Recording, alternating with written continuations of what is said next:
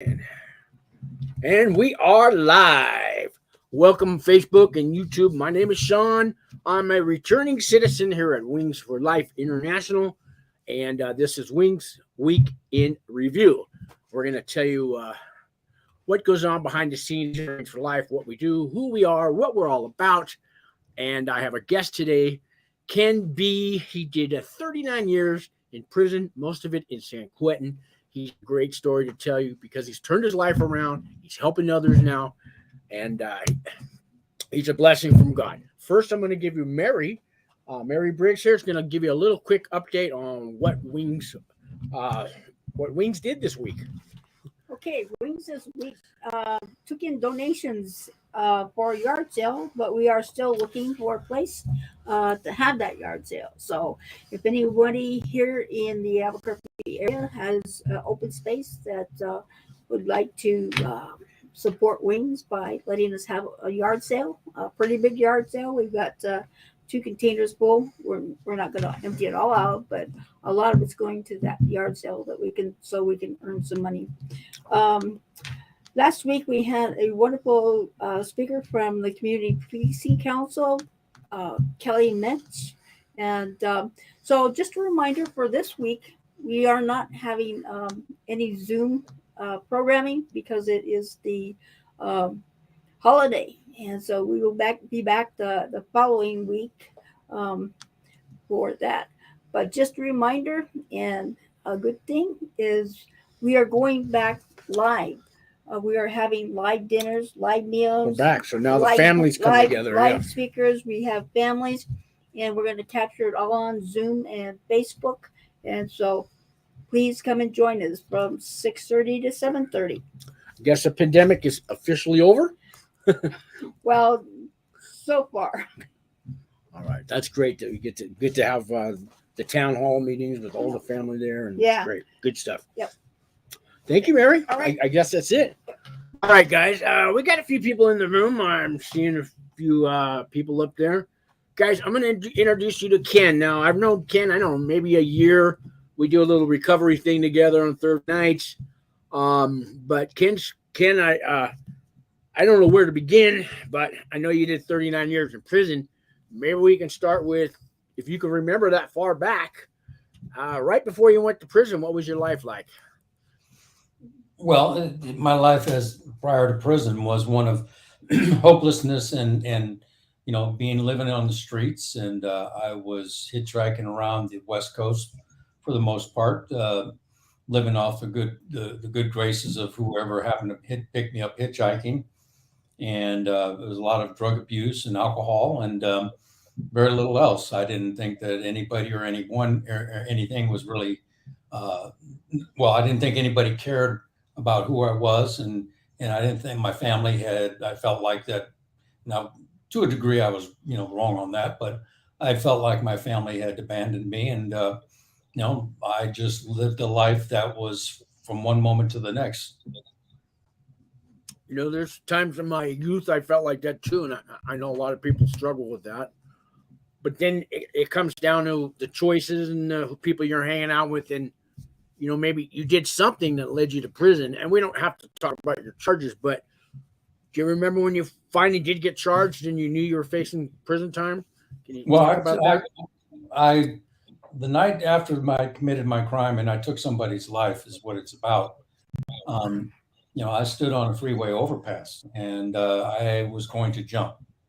And I stood there for probably a couple of hours and just looking at things, and the idea in my head kept popping up as it's just, I've read enough of the Bible at that time, an eye for an eye, and I deserved to die for what I'd done, and it just made a whole lot of sense. And at the beginning of all that, I had considered turning myself in, and I says, "Oh no, I'm not going to do that." But after I'd been up there a couple of hours, for what seemed to be the absurd idea, was what I actually did. Is I walked off that freeway overpass and called the police and turned myself in. And so I knew when I got arrested, and that was definitely and I gave them a full confession. They prosecuted me and sent me to the California prison system for a life term. Wow. I can relate to that freeway overpass. When I first found out I was going to prison, I was out on a bond, and I told my brother that I was going to jump off this freeway overpass right now, and I basically told him, I told him how I felt about him, and hung up on him. And, I was on that freeway overpass for about an hour, and I guess he called the cops on me, and they found me, and they took me to that, third floor of the hospital where they evaluate you for 72 hours. But if they didn't come in, I was seriously thinking about it. It was Highway 4 in Antioch, and I was just going to jump off and let the cars run over me, man. I get it, man. I get it. But a life sentence, God, how does somebody accept? Well, I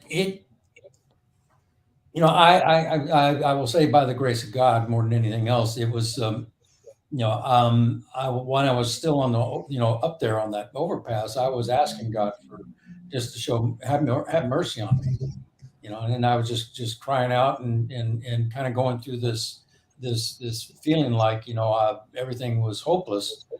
But after I walked off that bridge and made the phone call, I could see God's hand in my life on a pretty good scale. And it was like they were just guiding me and directing me. It was kind of it was overwhelming at times, of course. And I struggled with it. When I was in the county jail, they put me on some antidepressants, and I was dealing with that and taking them for a good while. But when I got to the prison, I quit taking them, and I started focusing on things. And when I was sent to the first prison that I started to serve my sentence at, it was you had different prisons. Some of them were called programming prisons, and Okay. and it wasn't the hard places like San Quentin and stuff like that. This was more of a place where if you could get your life together there, and they had opportunities for many things, including therapy. And I was involved in therapy as well as individual and group, as well as recovery programs, 12-step work, and that 12-step work brought me into a place where I had to go over and pick up the podium and stuff like that for the meetings. And it was in a place where they were holding Bible studies. And so I got involved in that. I found a faith in a God of my understanding, a faith in Christ. And, I attended a lot of Bible studies and a lot of 12-step work. And I did, and I was studying electronics, and back then they actually had vacuum tubes on the TVs. So Yeah. some people scratch their head about what the vacuum tube. So, what's a TV? Yeah. Well, it was a big box, not these flat little things that they have now. So I remember you could go to the Safeway in a supermarket, and they had the little testing machines for your tube and the TV, and tell you to buy the new tube for your TV. I remember. Yeah. But you were talking about God was watching over you, because I guess you didn't know this at the time, but 40 years later, I know you've actually saved some other men's life, just by helping them what you do. So God had a plan for you. And a lot of lives that you saved were while you were in prison too. And I know that. A life sentence today, though, is what? Is it 30 years? Most people hear a life sentence, they don't really know it's 30 years. Is that correct? Or is it 25? Well, let's break it down further, because the reality is that when you say life sentence, people don't understand. Then why are you out of prison? And they have life without, and then they have life with possibility of parole. And those are the degrees. I know in Louisiana, if you got life, that's exactly what it is you never get out. And it takes a major, commutation from the governor and all this other stuff. But in the state of California, you had life with, and then you had life without. And then you got various sentences. My sentence was 7 to life. 7 to life? 7 to life. and then they rolled into, shortly after I went to prison, they started handing out for the same thing, 25 to life. And then things got, the ball started rolling on tough on crime, and it was like they continued to hand out harder and harsher sentences, and eventually we wound up with a 3-strike law that was sending the guys to prison for very minor cases. If they had, well, depending on the prosecutor and depending on their cases, there was a lot of people who wound up in prison serving life sentences with 3 strikes as well. And yeah, I've heard about the guy with 2 strikes. He steals a piece of pizza, and they give him a 3rd strike, and he does life. I mean, you hear that, but I know some of it's true. Oh, it was very true. I knew a lot of people who were, in that situation there. If they would have been convicted and tried for the thing that their 3rd striked them for, without all the prior and everything like that, they might have gotten a couple years, and they wound up with very lengthy sentences as a result of it. Now, don't get me wrong; some of them had done a lot of crimes prior to that, and they knew that at the time and place that if they got another conviction, that they faced this possibility. But that situation there was just it seemed over the top. It was very, very much a travesty of justice, as I like to put it. So, well, I know when you first went in the late 70s, prison reform was kind of big. They had programs. They wanted to help people, reform their life when it came out. And then I think when Ronald Reagan came in office, that kind of changed. And nothing against our politicians, but what you're talking about when they came out with that tougher on crimes. And so when all this happened, did the programs go away? Did they start taking the programs out of prison? Did you notice that? Well, they started making it more of a point of, well, when I first came to prison, the prison system was well, first of all, there was only 13 prisons when I came to prison. By the time I paroled, by the time I paroled, there was I think it was over 39 or better. And, yeah, that's what I'm used to hearing. Yeah. Yeah, and so there was I don't want to get into politics and stuff like that, but the reality is that a lot of this stuff was driven by the idea that you had, in order to build more prisons, you needed to fill them up, and when you got them full, you needed to build more, so you needed more people to fill those up, and in this mindset, and there was this mad rush to lock people up and throw away the key. Right or wrong of it, that's another story altogether. Right. But I was there watching it go from 13 prisons to just this explosion, and it was across the country. It wasn't just California that did this. It was everywhere, in the entire country. The federal prisons, the state prisons, and just about every state, if not all of them. So. It became an industry. It's second largest industry, I think, is the corrections. The first one is pharmaceutical, get everybody hooked. Then let's lock them up, and the third one's medical. Let's get them hooked. Let's lock them up, and then we'll help them. Yeah. So it was a journey, and the fairness or the unfairness of it all is something that can be discussed for another situation. There, the thing that I know is that I made these mistakes that I did that caused me to go to prison. The reality is that they sentenced me to a life term. So technically speaking, that's what I could have been given, or I could spend the rest of my life in prison. Although when I first got in there, I expected to be serving around a 14-year term, and I came pretty close to getting out. And so we got certain people were elected into office as governor of California. And this governor made a decision that no lifer was going to get out on his watch, and that really, yeah, and it just snowballed, And right about at 1994 or something, or five, I'm not exact on that, is when the Polly Klaas murder happened. And Polly Klaas, I remember, out of Petaluma, the girl that was kidnapped. Yeah. And that was the catalyst for an explosion of harder prison terms. They did take a lot out of the prisons as far as privileges go. Not all of them, but they took some. They left our TVs, and I think they did that because they knew that if they didn't have something to give us, it's called their babysitter. They would have. It would not have been a good scene.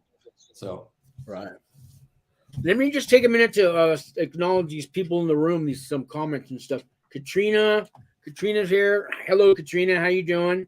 I know you got a few things you're asking if the chat room is working. It is. Kathy D. She's from Australia. She's got a son in prison in Australia.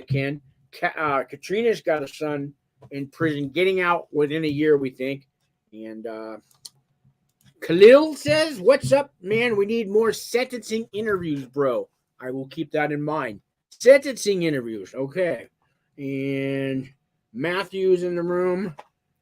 Keep up the good work. Thanks, Matt. I will. And the rest is, I guess, you guys are kind of talking to each other, and that's great because it's also a chat room.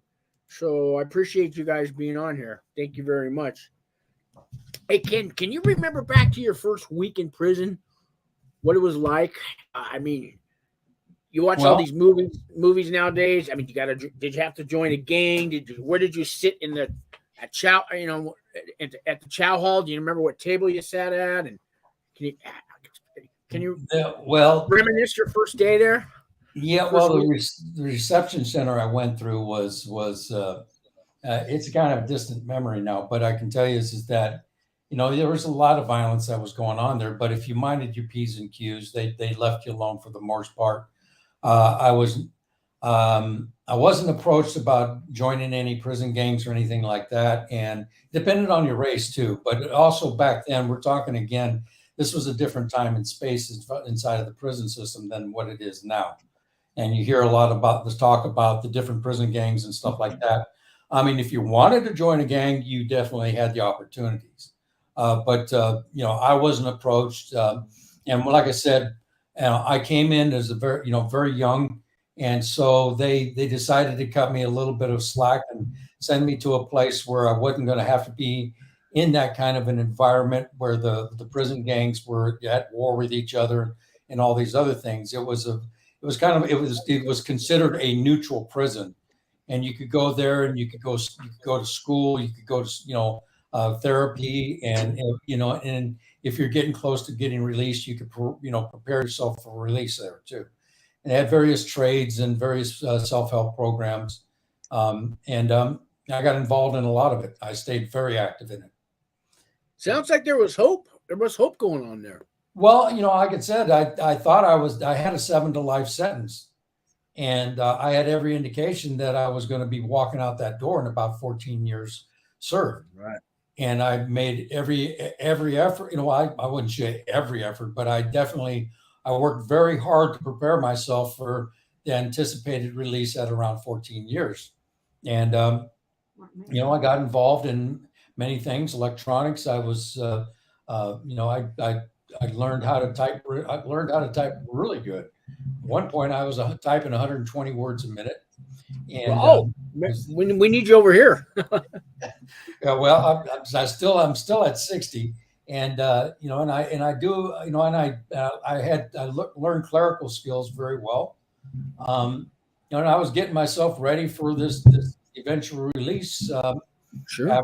After my sentence was up, and I'd done an excellent job. When I went in front of the parole board, it was I don't remember, maybe my 4th or 5th hearing. But even prior to that, but the prosecuting attorney, the person who put me in prison, and it was his point, he walked into the boardroom and just shocked me to no end. And he says, "You've done the best performance I ever seen. He deserves to go home." And it just floored me, and floored all the commissioners too. Wow. So, I was found suitable, but, and I was given a release date, and I was anticipating walking out of there just shy of serving 14 years of my life incarcerated.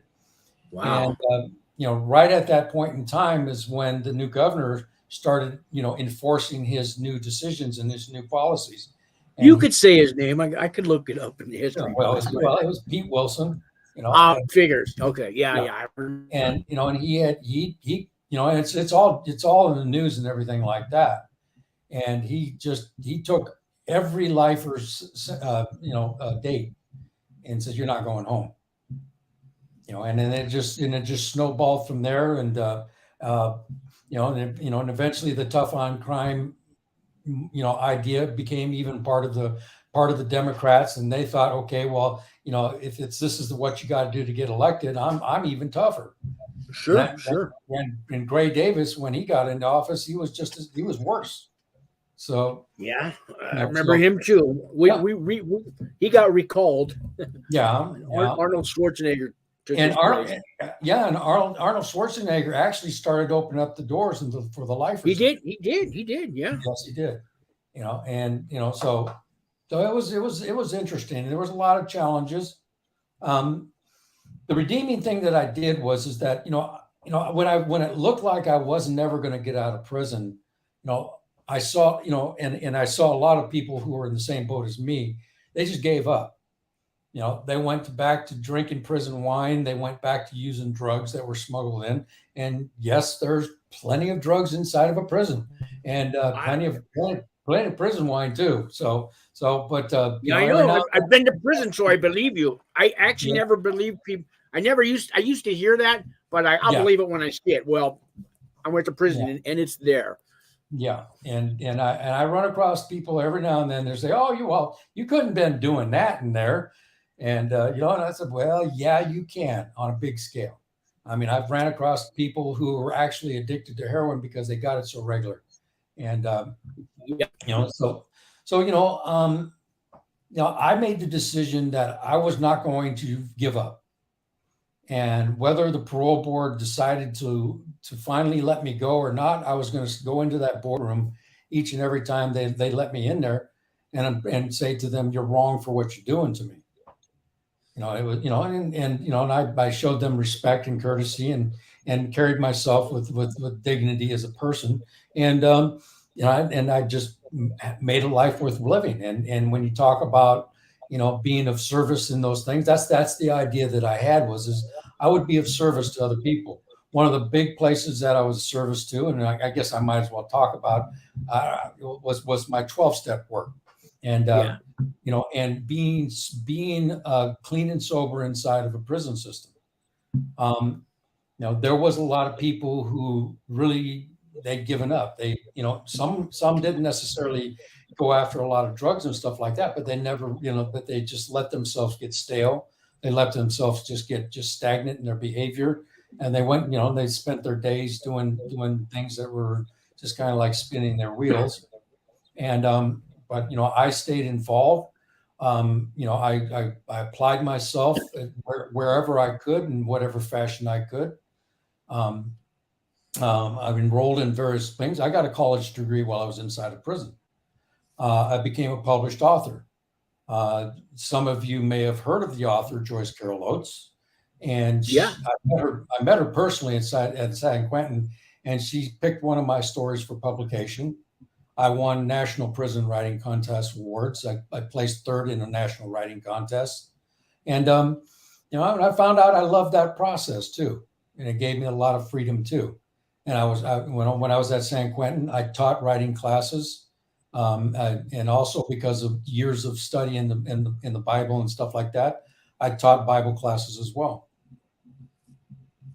So you actually grew up in prison and became something, because we talked about before you were in prison, how you felt about life, and I guess your time in prison, with the hope that one day you're going to get out, but you didn't give up on yourself. I don't know if you would have learned that on your own, not going to prison. Not that I'm sorry you went to prison, but maybe God had a way, putting you there so you could become the man you are today.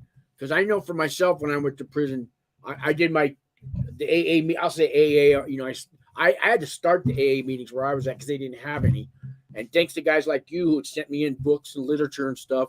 And then I did my church services, and I found a whole group of men around me that we could focus on changing our life while we were in prison. So I really get where you came from. You know what I mean? But do you think going to prison somehow set you in a way where you turned your life around because you were in prison? Well, that certainly looks like that's an obvious yes on many levels. Yeah. It's like, I can tell you is that I had two brothers, each of us a year apart, me in the middle.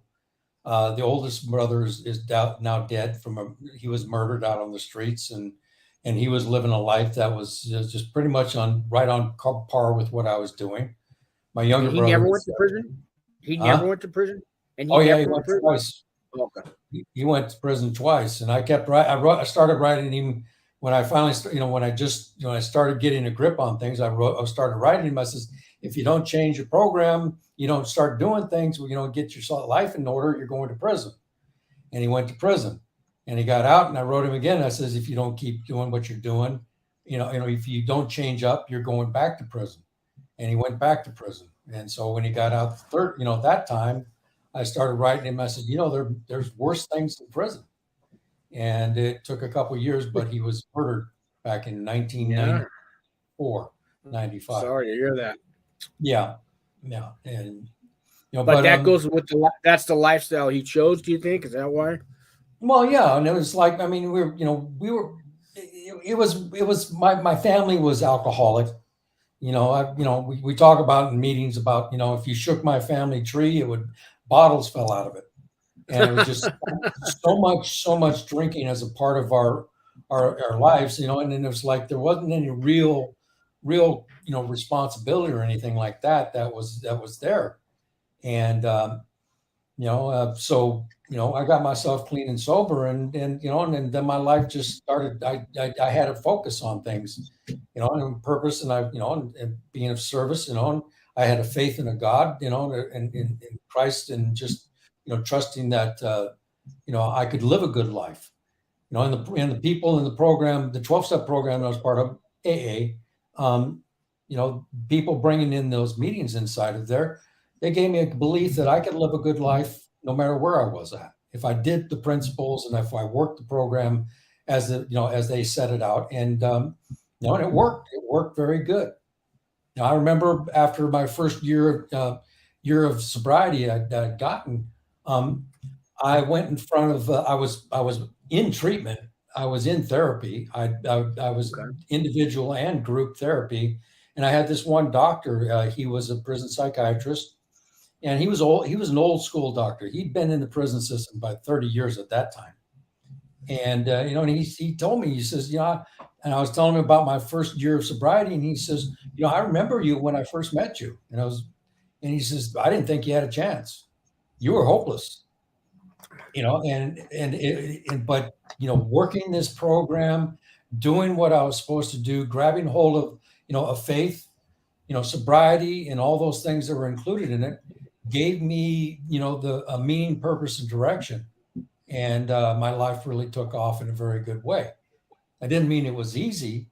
I always want to remind people that prison really does suck. It is not a good place to be. Right. No matter how much they doll things up and paint a little of this and put a little of that, give you a little bit of this and give you a little bit of that. They even got, I'm hearing they got tablets inside the prison. Yeah, I've heard they got tablets now. Yeah. Yeah. And like, big deal. It's like, it still sucks. But Morgan Freeman's not there. Clint Eastwood's not there, guys. It's not the movies.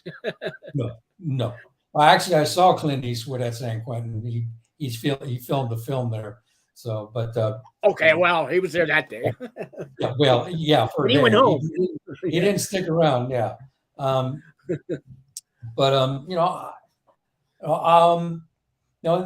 It's there's no question about it that there's a lot of bad things and there's a lot of negatives about what goes on in there.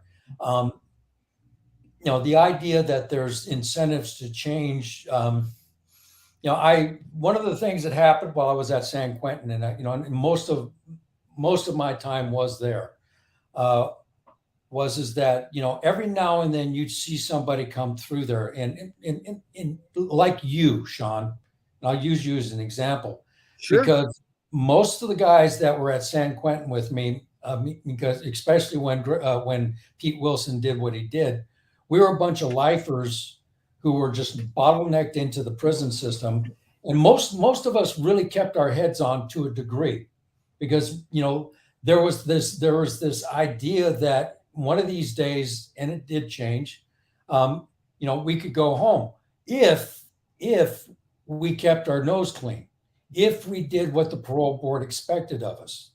And there was this whole list of things. You had the hope.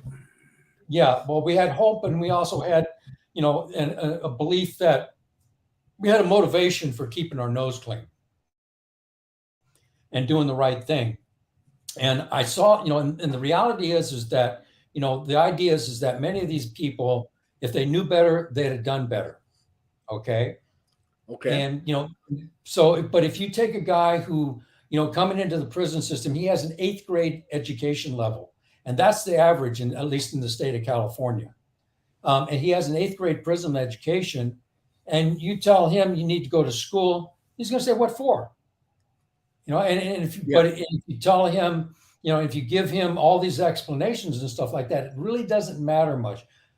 But what happens is with the lifer is that, they tell you, the lifers are told, by the counselors who are initially on their encountering them, tell them, if you don't do this stuff right here, you will not be found suitable by the parole board. Okay. And so they get set on a path that gives them a motivation for an education, a motivation for them to change, to deal with their psychological issues, motivation for them to deal with their drug and alcohol addictions, a motivation to do all these things and keep their nose clean. And somewhere down in that process, there comes about this change in their perspective, from it being some force-fed garbage that they got to deal with, to something that they want to do and something that they see as valuable for their life. And those are the dynamics of what this is about, as far as what I see. And back in the day, there wasn't a whole lot of motivation like that, except for the lifers, but we were never getting out. So it was kind of like this spot. All the non-lifers. But occasionally one of them, and going back to you, would come into the system and say, oh no, I can't keep doing this. And I'd see guys that would come up, there was a section of the prison at San Quentin that was for non-lifers, and they would come up, it's called H unit. They would come up from H unit, and they'd be attending college classes with us, and they'd be attending AA, and they'd be attending this, they'd be going to the chapel, they'd be doing all these different things. I had utmost respect for them, because they didn't have a gun to the back of their head to tell them to do it. Maybe a family member, maybe an angry wife, but it wasn't Sure. Yeah. Those are the people that realize that they made a mistake and they want to change. And this is the best place to do it. I'm in prison. Exactly. You got the time to change. What, are you going to wait till you get out of prison and then change? Come on. That was what a lot of them would say. I can tell you that. Yeah. I know. The non-lifers, they would say, I'll deal with that later. And the minute they hit the door, it was like, where's the drugs and alcohol? And the party was on. And then they say, well, I'm going to party first, then I'll get back and get serious. Let me get it out of my system first. Yeah, right. Yeah. So it would snowball into one more term. And I worked in the reception center of San Quentin, and believe me, it was big at points, and you'd see guys come cycling back through there sometimes in a 3-month cycle. And they get into the reception center, they get healthy, they work out, they get all this, and their parole violation would discharge, and they would get out there and they would be on one more run, and they get back in there all skinny again, and they do it one more time. Yeah. Oh, I've seen guys. I didn't do a lot of time, but I saw a guy come 3 times in the 4 years I was in prison. Three times on violation. He could never get it. And his hustle was stealing chicken out of the kitchen and then trading it for drugs. And that was his daily thing. He had a hustle. He had a drug dealer connection, and life. That was his life. And he did the same thing when he got out of prison. It just, it wasn't stealing chicken from the kitchen when he got out of prison. It was basically the same thing. Yeah. Well, I got a bunch of comments. I just want to take a minute to acknowledge you guys because somebody said, "Is the chat room working?" It is, guys. I was just I wanted to get to you guys. I wanted Ken to talk. Let me get to Eric says, "Hey Sean, I have my sentencing coming up in August. So Eric, my number or email. It's underneath all the videos. Get a hold of me, man. We'll talk. I'll help you out with that." Katrina says, "Sean, what do you know about the CATR program? Jason is being assigned to a federal detention center near me." So those are the guys basically changing bedpans in a medical facility. They get special privileges, but somebody's got to change the bedpans and do all that dirty work, and that's what that program's all about.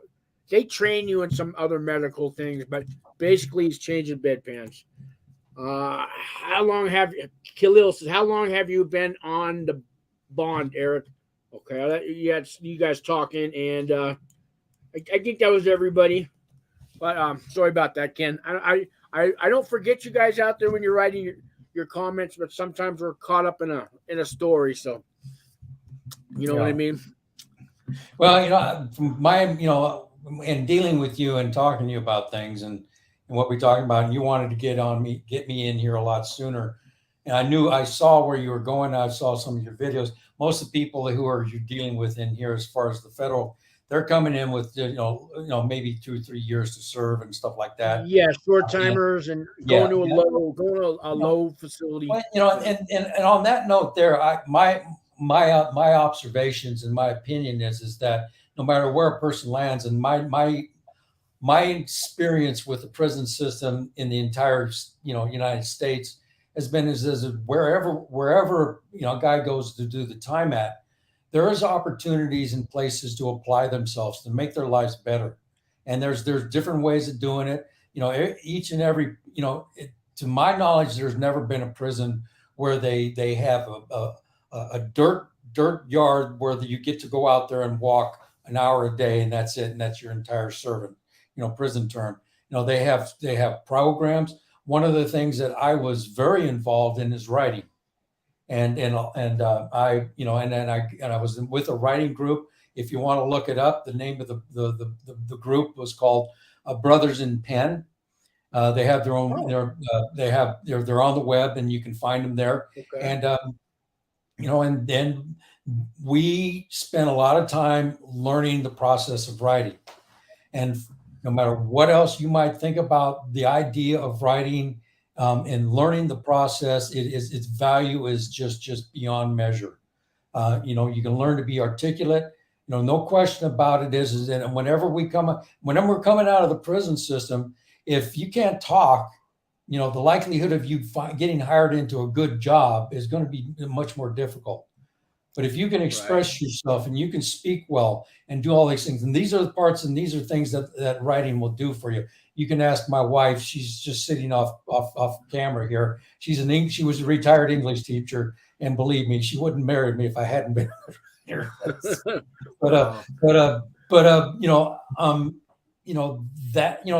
there's many other things, and it's just each prison has those education programs. The drug and alcohol programs, and many of us walk into the prison system with anger issues and violence issues and stuff like that. And learning yes, I do think. Learning how to deal with things in a nonviolent way, de-escalating situations rather than escalating them. All those things are very important as far as when you walk out of the door. Learning how to deal. It's like. And it's not easy. It's definitely not easy. Whether you serve, decades inside or just a couple of years, you're coming out and it's adjustment. It's a huge adjustment coming out of the system. So. Now you're in state prison and the feds don't have a lot of programs. Some of their bigger facilities may have more, but But you were in San Quentin, and it's kind of known for its programs. Don't they even have a radio station and a TV station there that the inmates run? Yeah, they got Ear Hustle, and that was a podcast. I think. Well, I was picked by the warden of San Quentin to restart the San Quentin newspaper, Wow. and it had been out of publication for over 20 years, and it's taken awards. It was recognized at the White House, given an award for their work there. San Quentin had a lot of programs, and I'll tell you where it started from. We had a warden there. Her name was Jeannie Woodford, and Okay. I actually worked for her when she was a captain. I was her clerk, and Right. and so I got to know her very well, and she promoted up, and she became warden of San Quentin, and she was very proactive and very much involved in bringing things in there. And there was a few things going on in San Quentin, including the college program when she was put in the position. Yeah, that's another thing San Quentin is known for. Go on.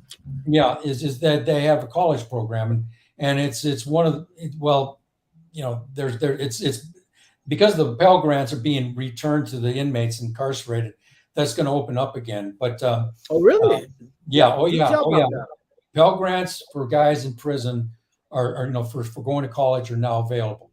And really, that's great news. Yeah, and so correspondence courses and stuff like that can be happen too. But San Quentin, when Jeannie Woodford became warden, she expanded a lot of stuff and got it really rolling on a big scale. And compared to the rest of the California prison system, that particular prison had a volunteer army that was going in there. I think there was something like I can't remember the number. It was over 1,000 people that were coming in there on an annual basis, bringing in different programs, and there was all these different ones. One of the things they had at San Quentin was a Bible college, and I finished that. They also had a Bible college there.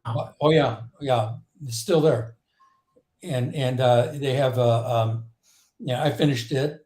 They had a 2-year a 2-year college program, and I got my associate's degree out of that.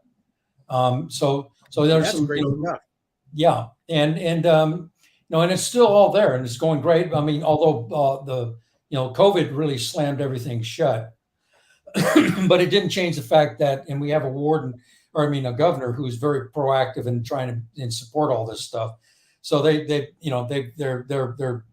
as soon as the pandemic is really squashed, you're going to see a whole lot of things probably going on in San Quentin if they don't shut it down.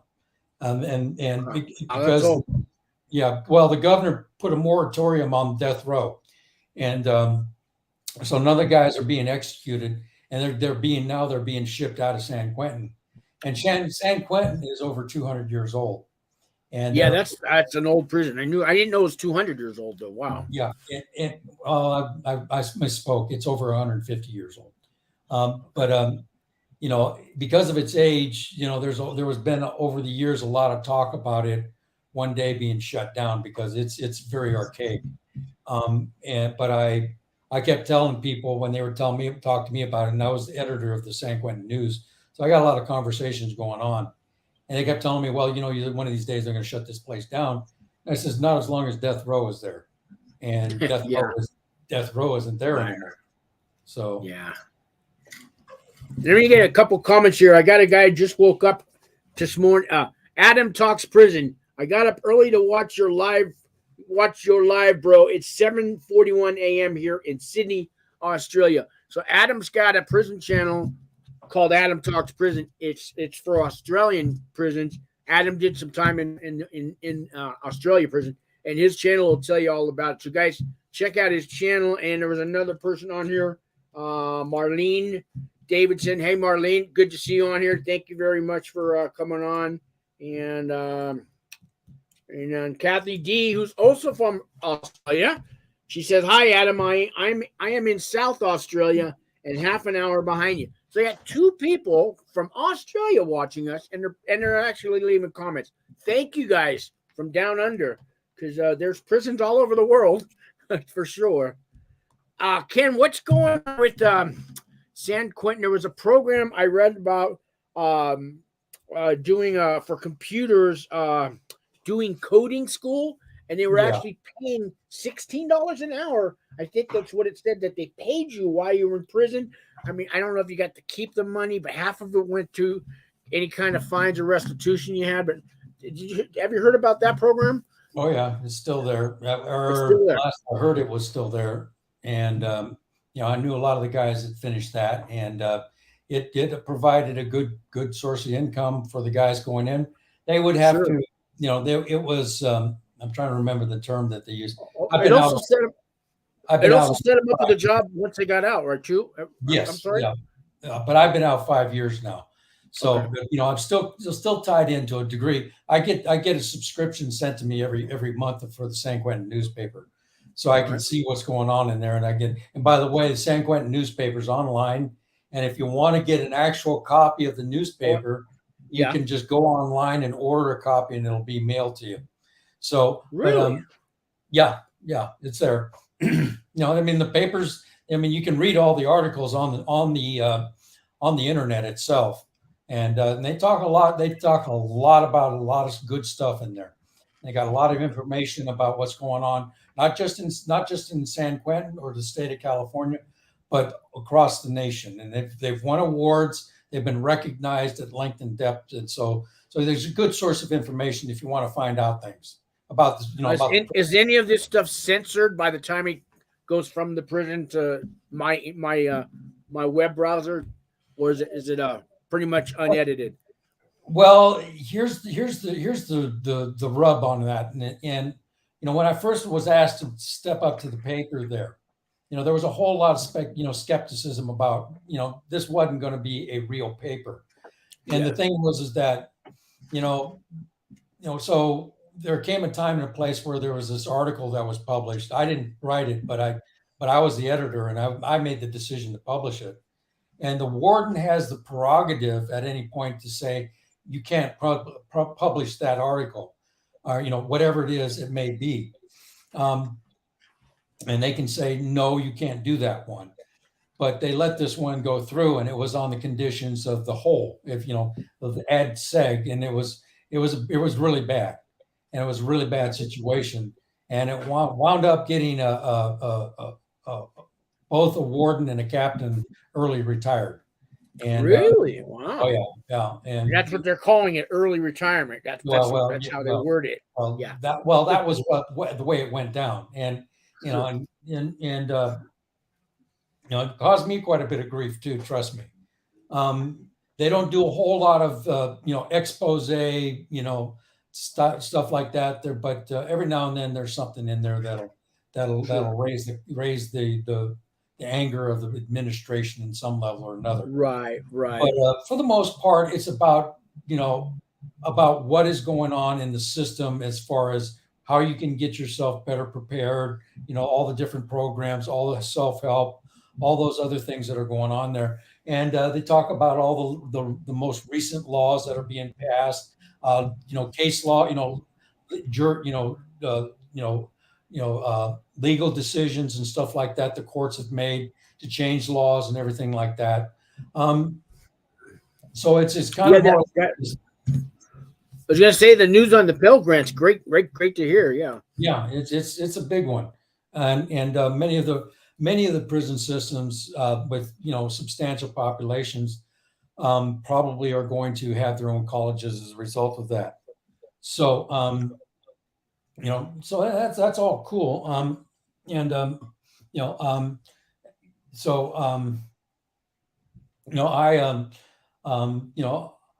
I think it's a great idea, but on the other side of the coin is that the difference between San Quentin and the prisons that back in the Pell Grant days, because I was I was attending classes back then.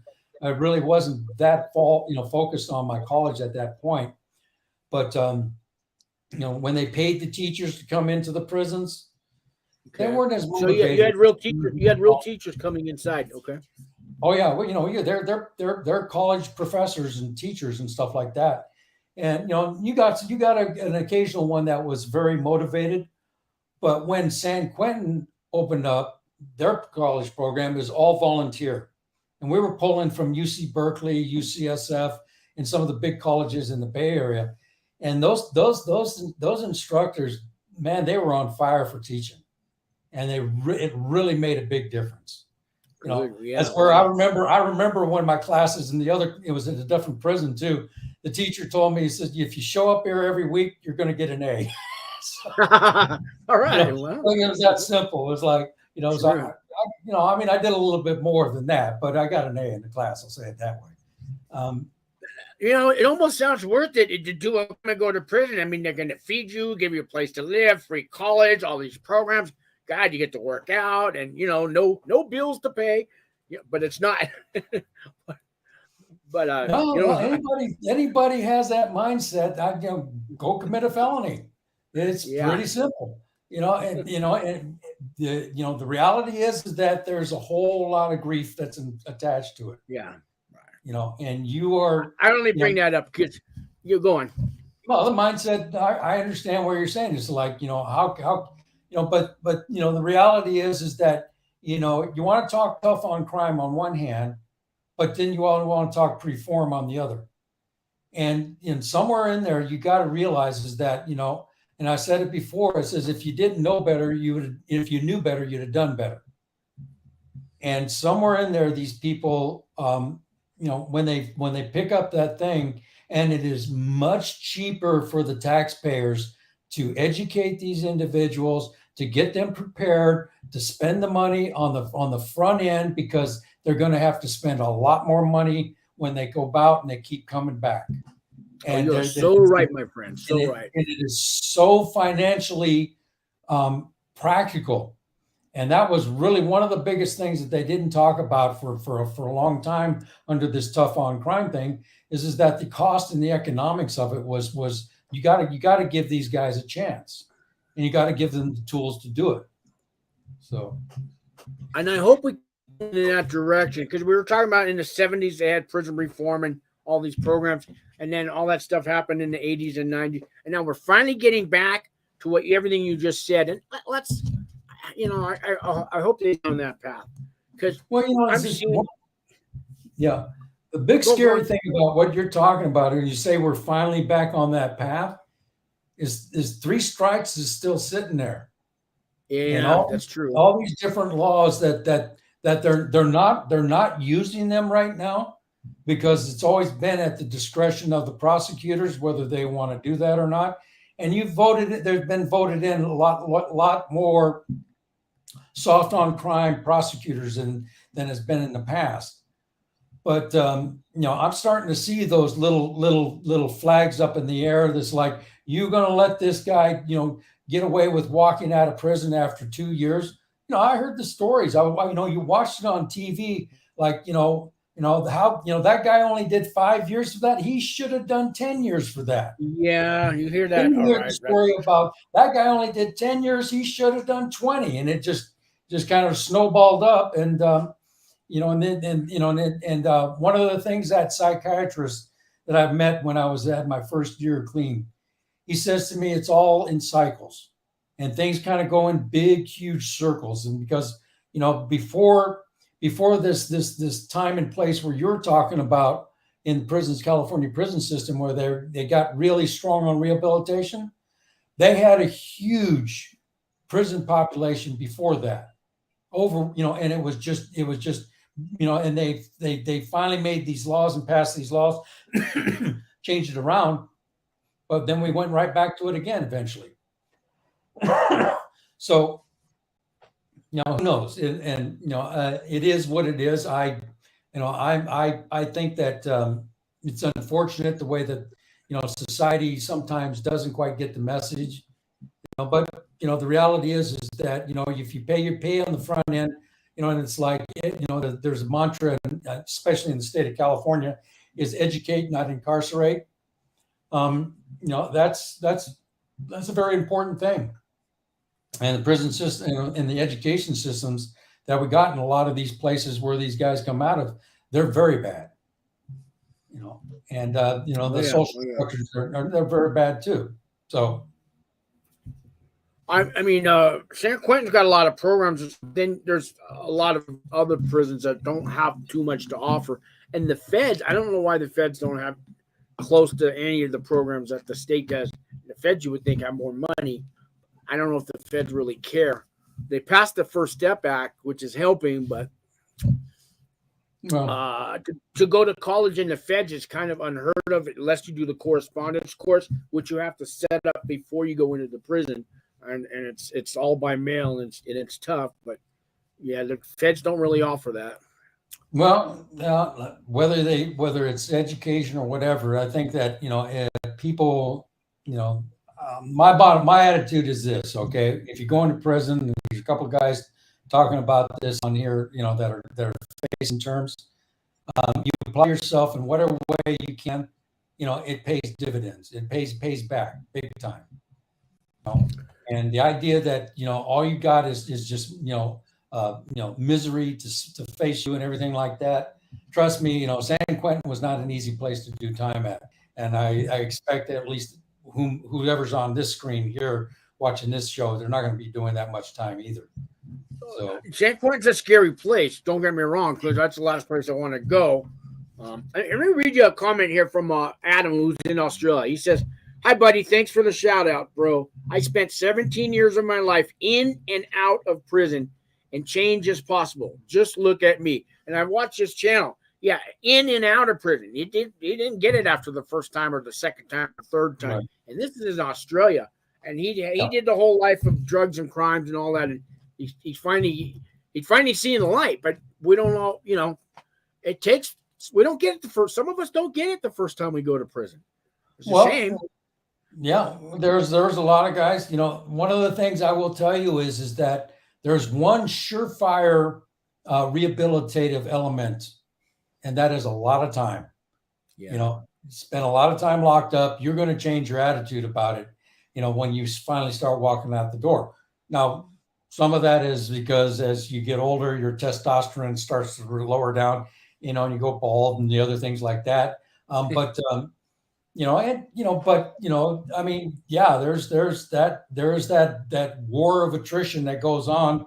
But on the other side of the coin is that, and my hat's off to you, Adam. Congratulations. Is that, I've seen guys that went through that cycle in and out, and they did multiple terms that walked and came up from H unit after about their third term in prison for whatever reason. Well, some of it before the 3 strikes, but for whatever reason, they weren't doing a life sentence at that point in time, and they were getting it too.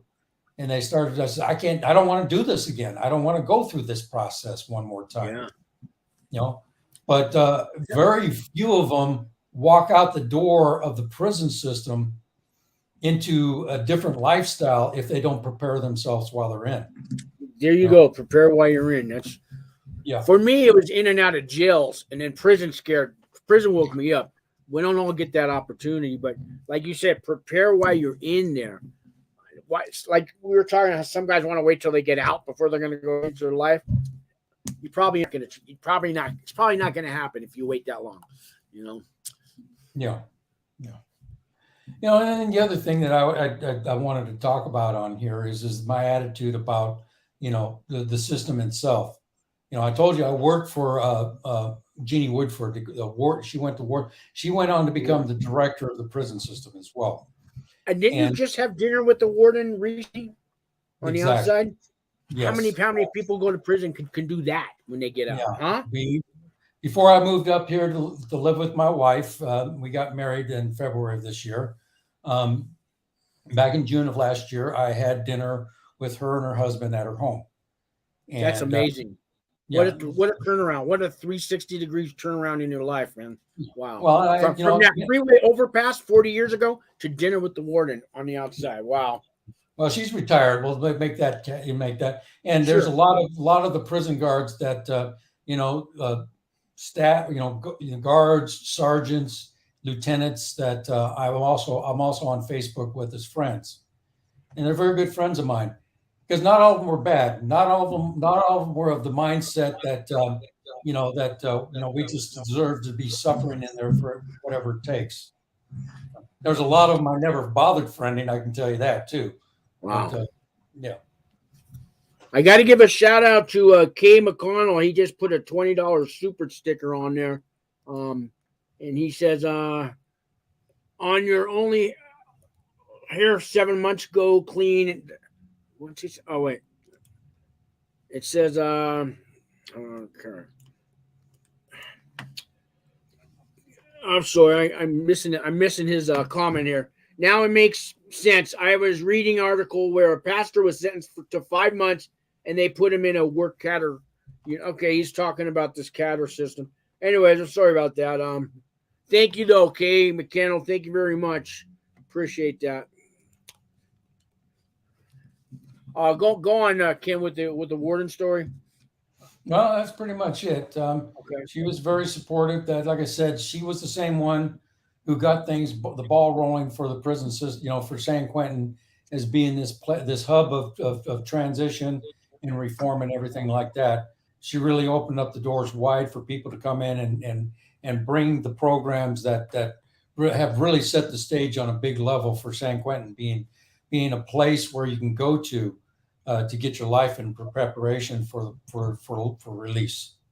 So now wardens have like a whole board members they got to uphold to and all that. So I don't know how much power a warden really has, because even if the warden wants to do the right thing, the people around the warden could put a stop to it. Is there politics behind all that, or does the warden kind of have that power to change things or not change things? It's not like it used to be. Every prison back in the 50s was, the warden made the ultimate decisions, but and ultimately they got to answer to the governor and about what's going on there. But there was there's a whole lot of bureaucracy that's in Sacramento, where a whole lot of stuff, and it used to be that the warden had ultimate, almost autonomous discretion. Much of that has gone away, and many of the policies are now made in Sacramento for all over the prison, all over the Department of Corrections.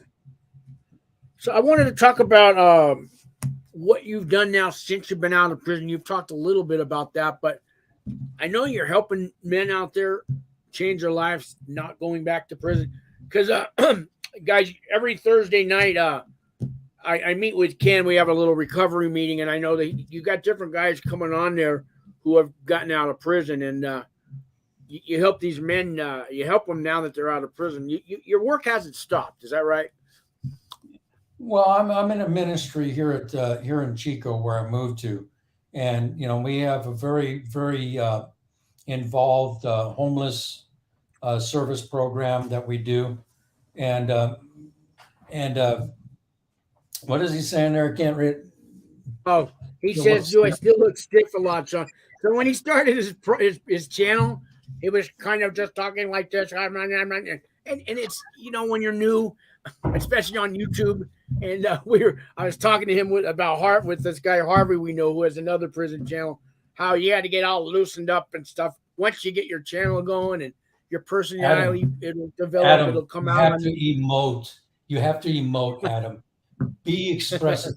But I've been doing homeless ministry.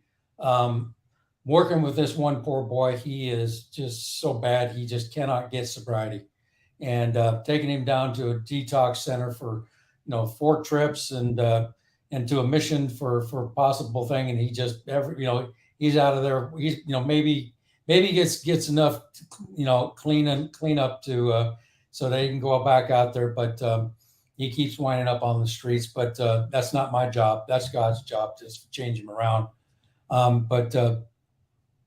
So there's a question for you, Ken, on the screen. Can you see it? Yes, it was a long time. 39 years. I served 39 years. So, so I'm loving life out here. I can tell you that. It's being in 12-step work and the Alcoholics Anonymous. I'm called on to speak a lot. I will be speaking at a meeting tonight.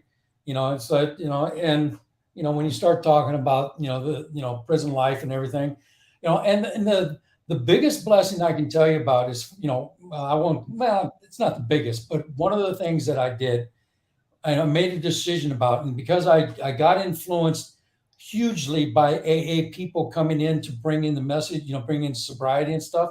Right. I patterned my life after the way they carried themselves, and I made a decision when I was early in my sobriety that I didn't want to walk out of a prison like a prisoner. I didn't want to walk out of prison like a quote convict who who had tattoos all over him. I got a couple tattoos now, but I didn't get them while I was in. You went the whole 39 years with never getting a tattoo? Not one. Wow. And the thing that I'd like to say, the thing that I like to say about that is that if you put me in a room full of businessmen and attorneys and and professors and all these other people, they're not going to ask this question where I did my time at. They're going to ask me, maybe they'll ask me where I graduated, college, but sure, not where I don't identify as a convict. And the only place, and when I'd hear guys coming in, while I was in the prison system, they said, "Man, I'm a convict. Don't talk to me like that." And I asked them, I said, "So, where do you put convict on your resume?" Yeah. Believe me, their face would go beet red on that question, right. But it was true. And it's very real is that, it doesn't serve a purpose outside of the prison. And, and don't get me wrong. I wasn't one of these guys sneaking around, snitching on everybody and telling them and everything. A lot of people thought I was, and I thought that was okay too, because if they thought I was a snitch, they weren't going to tell me anything in the first place. There you go. I wasn't running around there telling all these people and everything like that. I didn't, and it just, I did my own time. But I had made up my mind that I wasn't going to walk out looking like I had done all this time. And it has definitely paid off on a big level, So, I try to present myself in a professional manner. I'm not living the high life out here. I was teasing you about you bragging about driving a Ferrari, but, right. I mean, I really don't have a whole lot of finances nowadays, but I don't need them. I'm happy with what I got. My wife, who's a retired school teacher, now that girl, she's got quite a story for herself, but, she's a retired school teacher and she's financially set. And, I'm living comfortably because of her. But, I'm just grateful for what I got. I continue to do what I'm responsible to do, what my God would have me to do. And, and if I don't open my mouth and tell you I've been in prison, you're not going to know. That's right. You wouldn't know. Yeah. Marlene's asking what you were in there for. I will say this much, Marlene. I took somebody's life that didn't deserve to die. And I'm very regretful of it. There's nothing I'm proud of at all.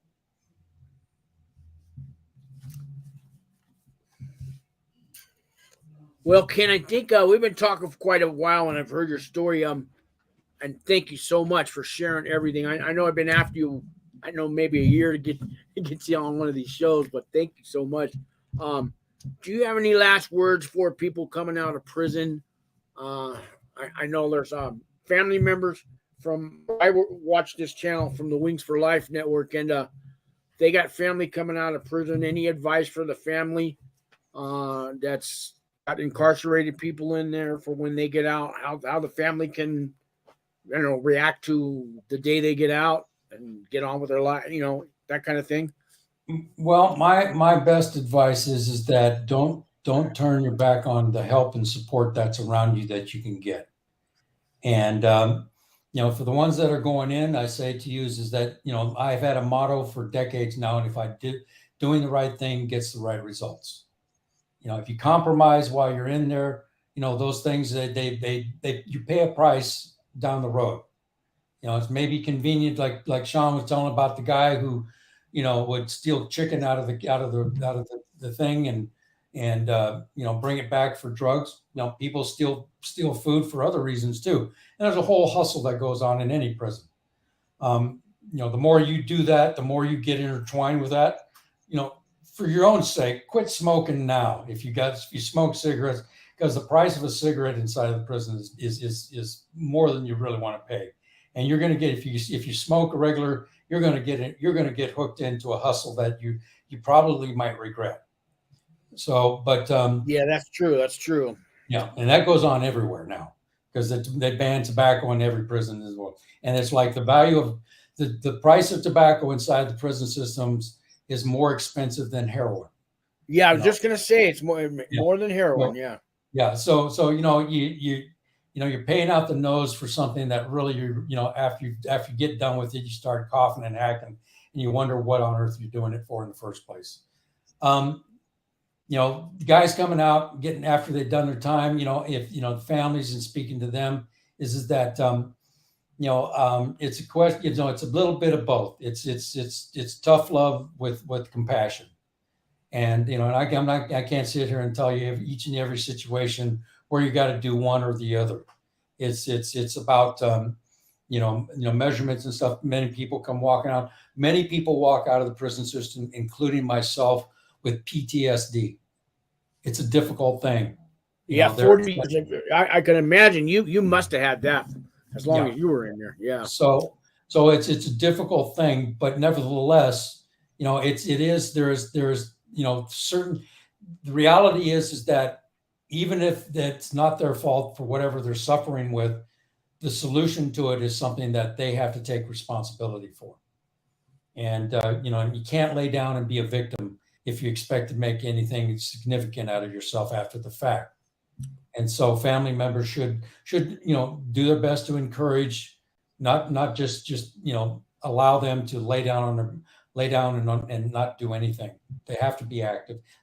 They have to do, the parolee has to make the work and do the work. And just about every guy coming out of the system, there are resources that they provide for them. They're available. You can figure them out and look through the internet and stuff like that. Oh yeah, we can help you here where I'm at, and Exactly. or we have partners and stuff.